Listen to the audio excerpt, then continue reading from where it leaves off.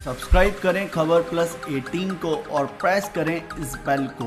खबरों के लिए बने रहें। जाटव जी हमारी छोटी बहन को टिकट एमएलए का दिया था, बहुत कम वोट से हारी थी और इस बार लोकसभा का चुनाव लड़ी है भरतपुर से।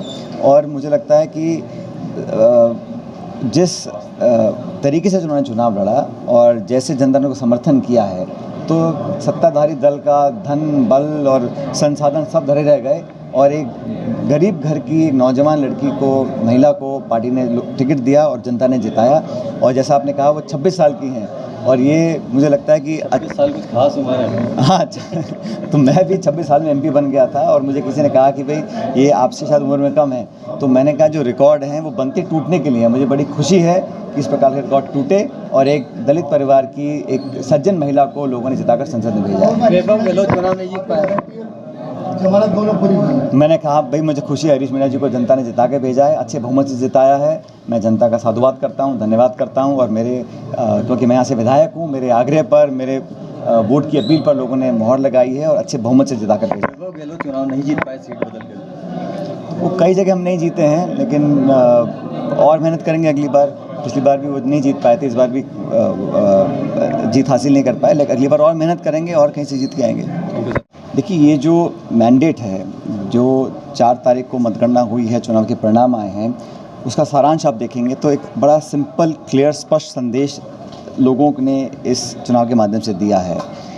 भारतीय जनता पार्टी चुनाव से पहले 303 सीटों पर थी लोकसभा की और क्लेम उन्होंने किया सदन के अंदर 370 और गठबंधन के लिए 400।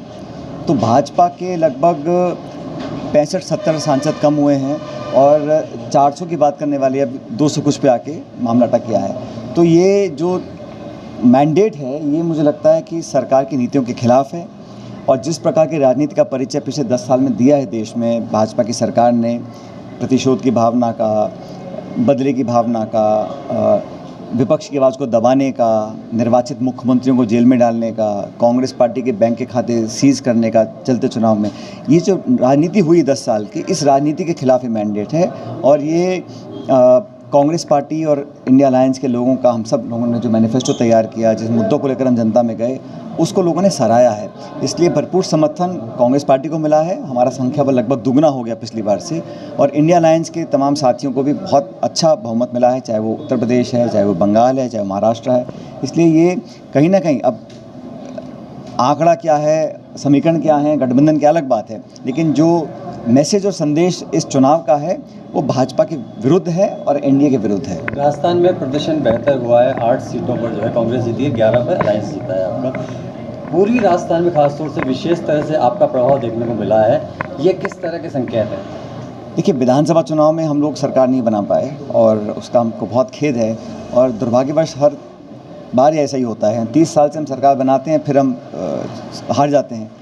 तो इस बार भी हम चुनाव में कामयाब नहीं हो पाए, लेकिन लोकसभा चुनाव के अंदर हम लोगों ने बहुत गहन चिंतन किया और जो प्रत्याशियों का चयन था और किन मुद्दों को लेकर हम जाएंगे, कौन कहाँ कितना कैंपेन करेगा, शुरुआत से हम लोगों ने अपना बहुत ध्यान फोकस किया था। मुझे खुशी है कि ना सिर्फ जहाँ आज हम हैं टोंक सवाई माधोपुर, लेकिन भरतपुर, धौलपुर, करौली, दौसा, पूरे शेखावटी में, बाड़मेर में, गंगानगर में, यहाँ हमको बहुमत और समर्थन मिला और हमारे जो साथी दल हैं उनको भी लोगों ने पसंद किया है। तो इस पूरे क्षेत्र में यहाँ के लोगों ने बहुत सहयोग दिया और हर समाज ने, 36 कौम के लोगों ने हम लोगों को समर्थन किया। और मैं हमेशा से ही नौजवानों को प्रोत्साहित करने की पैरवी करता आया हूँ और देश में जहाँ जहाँ भी कांग्रेस पार्टी ने हम लोगों ने नौजवानों को प्रयोग में लेकर आए हैं, उसका जनता ने स्वागत ही किया है। युवाओं को आगे लाने की आप बात करते रहे, अगर 2023 के चुनाव में युवाओं की भूमिका तय हो जाती तो इसका फायदा राजस्थान में देखने को मिलता है। भविष्य में युवाओं की भूमिका को आप किस तरह? ये तो हर चुनाव के लिए मूल मंत्र है, जितना ज़्यादा युवाओं को आप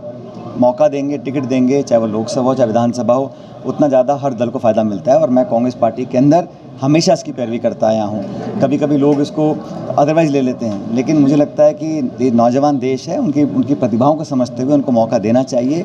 अब जयपुर ग्रामीण से हमने पार्टी ने टिकट दिया था अनिल चोपड़ा जी को, वो 30-31 साल के हैं और 1600 वोट से उनको पराजित घोषित किया गया। उसकी हम लोगों ने जांच की मांग की है कि उसमें कहीं गड़बड़ी ना हो, पारदर्शिता बरती जाए, और वो कैंडिडेट ने लिखित में उसका पूरा जांच की मांग भी करी है। तो अच्छा चुनाव उन्होंने लड़ा, और हर जगह जहाँ जहाँ नौजवान लड़े हैं, हम अधिकांश जगह हम जीते हैं। एनडीए सरकार। Please subscribe Khabar Plus 18 for latest news and updates.